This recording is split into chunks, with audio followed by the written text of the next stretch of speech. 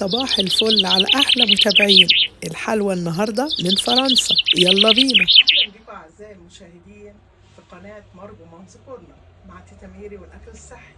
والنهارده حبايبي زي ما متعودين كل اسبوع بنعمل حاجه حلوه. فالحاجه الحلوه بتاعتنا النهارده كيكه. بصي، كيكه فرنسيه اسمها شوموا، طعمها بامانه ربنا خطير وشكلها جميل. ولما بنشتريها من بره هنشتريها غاليه، لكن احنا لما نعملها في البيت هنعملها باقل تكلفه. ويلا بينا نشوف هنعملها ازاي. يلا بينا.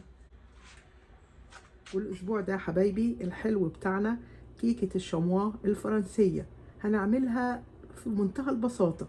يلا بينا نبدأ نعملها مع بعض خطوة خطوة. اول حاجة عندي 5 بيضات اهمت، هحط عليهم معلقة صغيرة فانيليا، وهضيف عليهم 1.5 كوباية سكر.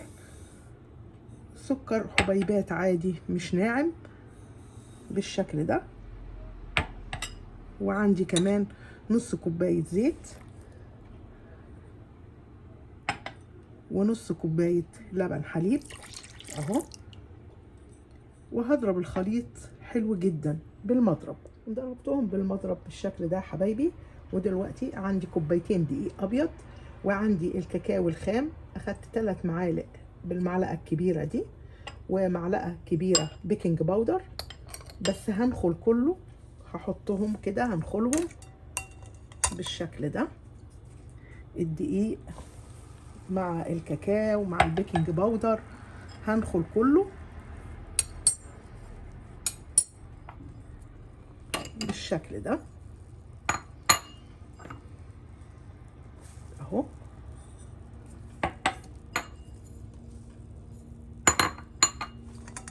هنخلهم كلهم كده على الخليط بالشكل ده. بالشكل ده حبايبي نخلته كله على بعضه. وبعد كده هقلب الخليط دلوقتي حبايبي. هنجيب نص كوباية لبن حليب وهنغليه. هنغلي اللبن اهو بالشكل ده، وهنضرب كله بالمضرب بالشكل ده حبايبي. دمجت الخليط كله على بعضه. وبعد كده دلوقتي جبت صينيه دهنتها دهنه سمنه وافيه، ودلوقتي هحط فيها الخليط بتاع الكيك بالشكل ده حبايبي. دلوقتي اهو سمك العجينه بتاعه الكيك اهي. هنفضي طبعا الكميه كلها في الصينيه، وبالشكل ده حبايبي فضينا كل كمية الكيك في الصينية. وهزيت الصينية هزة خفيفة، وهدخلها الفرن على درجة حرارة 350. واثناء ما هي في الفرن هنجهز الصوص اللي احنا هنحطه على الكيك. ودلوقتي حبايبي طلعت الكيك من الفرن اهو، وعملت له تيست مستوي. ودلوقتي عندي الصينية صغيرة على الكيك، فانا هنقلها في صينية اكبر بالشكل ده حبايبي. فضيت الكيك. ودلوقتي عندي 1.5 كوباية لبن حليب، وعندي معلقة كبيرة نسكافيه، ومعلقة كبيرة سكر. هنحطهم كده في الكسرونة كده. 1.5 كوباية اللبن على معلقة كبيرة سكر، ومعلقة كبيرة نسكافيه، وهنقلبهم وهنحطهم على النار يسخنوا بالشكل ده حبايبي. النسكافيه بالسكر باللبن اهو سخنوا جامد اهو بالشكل ده. ودلوقتي بقى هنرفعهم من على النار وهنسقي بيهم الكيك بالشكل ده حبايبي. انا شلت الشبكة من تحت الكيك، ودلوقتي بقى هسقيها كده اهو باللبن والنسكافيه بالشكل ده. وهسيبها لغاية ما تشرب كل الكمية، وهنجهز الطبقة الثالثة بالشكل ده حبايبي. الكيك شرب اللبن بالنسكافيه بالسكر. ودلوقتي انا ما عنديش صينيه بالمقاس دوت ان هي تكون السور بتاعها عالي، فانا جبت ورق فويل زي كده اهو بالشكل ده، وعملته بالمقاس بتاعها بالشكل ده كده اهو. وهقفله بالسكات دي بالشكل ده حبايبي. عملت ورق الفويل اهو وحطيت له السكات كده. لكن انت لو عندك صينيه ليها حرف يعني عالي، مش يعني هتستغني عن الخطوه دي. اهي كده بالشكل ده هنحطها على مقاس الصينيه. دلوقتي يا حبايبي للطبقه الثالثه عندي 3 كوبايات لبن، وعندي 3 بواكي كريم كراميل اهو. هناخدهم كده نحطهم في الحله، ال3 كوبايات، 2 3 بالشكل ده يا حبايبي. حطيت ال3 كوبايات لبن وال3 باكيتات بتوع الفلان او اهو، وهنقلبهم على البارد كده، وبعد كده هنرفعهم على النار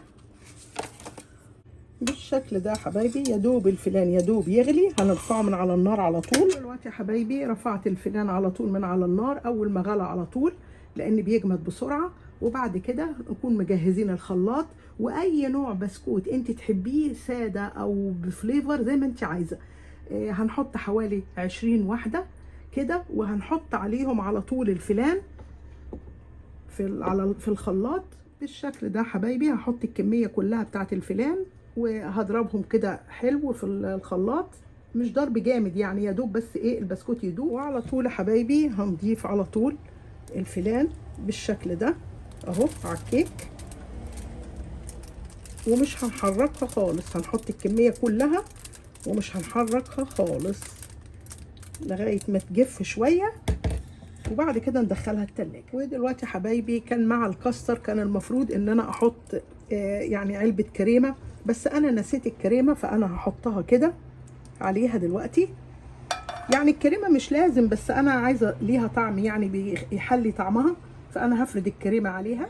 لكيكة الشموا الفرنسية اللي عملناها مع بعض، رشينا الوش بتاعها، رشيناه بالشوكولاتة، ممكن ترشيه بالكاكاو زي ما انت حابة بالشكل ده حبايبي. بعد ما حطينا الكريمة دلوقتي بقى حطينا رشة يا اما كاكاو يا اما شوكولاتة، وتعملي اي رسمة بيهم اهو بالشكل ده.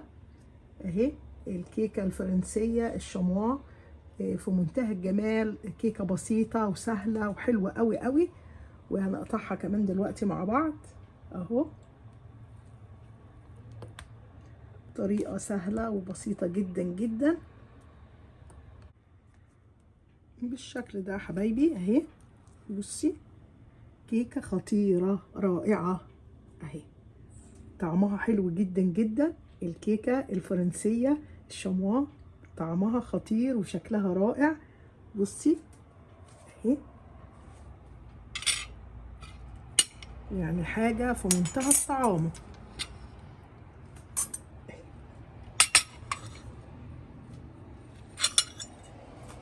بصي